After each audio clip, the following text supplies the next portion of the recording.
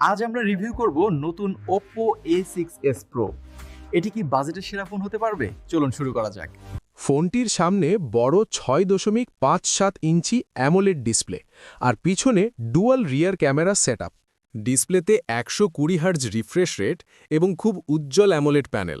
Video, gaming বা web surfing সবটাই মসৃণ। ডিজাইনও হাতে ভাল ফিট হয়। পিছনটা গ্লসি ফিনিশ। হাতের অনুভূতি ভালো। এখানে 50 এমপি মূল ক্যামেরা এবং 2 এমপি সাপোর্টিং লেন্স। আলোতে শার্প শট নিতে পারবে। সেলফিতে আছে 50 এমপি ফ্রন্ট ক্যামেরা, যা এআই অটো জুম সাপোর্ট করে। পাওয়ার হিসেবে আছে মিডিয়াটেক হিলিও G100 আল্ট্রা।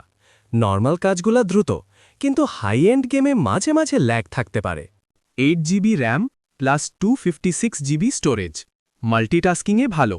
এটার বড় হাইলাইট হচ্ছে 7000 mAh ব্যাটারি আর 80 watt SUPERVOOC fast charging.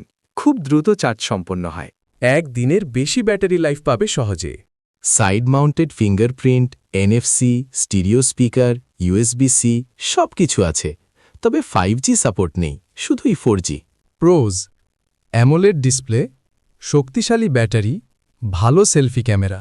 Cons: 5G নেই, হাই এন্ড গেমিংয়ে অনেক শক্তিশালী না। Oppo A6s Pro 8 GB RAM plus 256 GB, 39,990 টাকা। দাম কম বেশি হতে পারে।